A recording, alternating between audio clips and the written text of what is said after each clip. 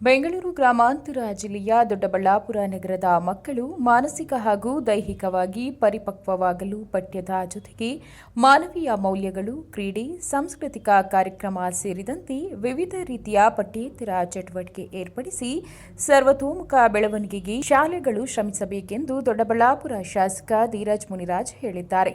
ನಗರದ ಖಾಸಗಿ ಕಲ್ಯಾಣ ಮಂಟಪದಲ್ಲಿ ಶ್ರೀ ಗುಬ್ಬಿ ಚನ್ನಬಸವೇಶ್ವರ ಎಜುಕೇಷನ್ ಟ್ರಸ್ಟ್ನ ನ್ಯಾಷನಲ್ ಫ್ರೈ ಶಾಲೆಯ ವಾರ್ಷಿಕೋತ್ಸವ ಕಾರ್ಯಕ್ರಮ ಉದ್ಘಾಟಿಸಿ ಮಾತನಾಡಿದ ಅವರು, ಮಕ್ಕಳ ಭವಿಷ್ಯ ರೂಪಿಸುವಲ್ಲಿ ಶಿಕ್ಷಕರು ಹಾಗೂ ಪಾಲಕರ ಪಾತ್ರ ಬಹಳ ನಿರ್ಣಾಯಕವಾಗಿದೆ ಎಂದು ಹೇಳಿದರು.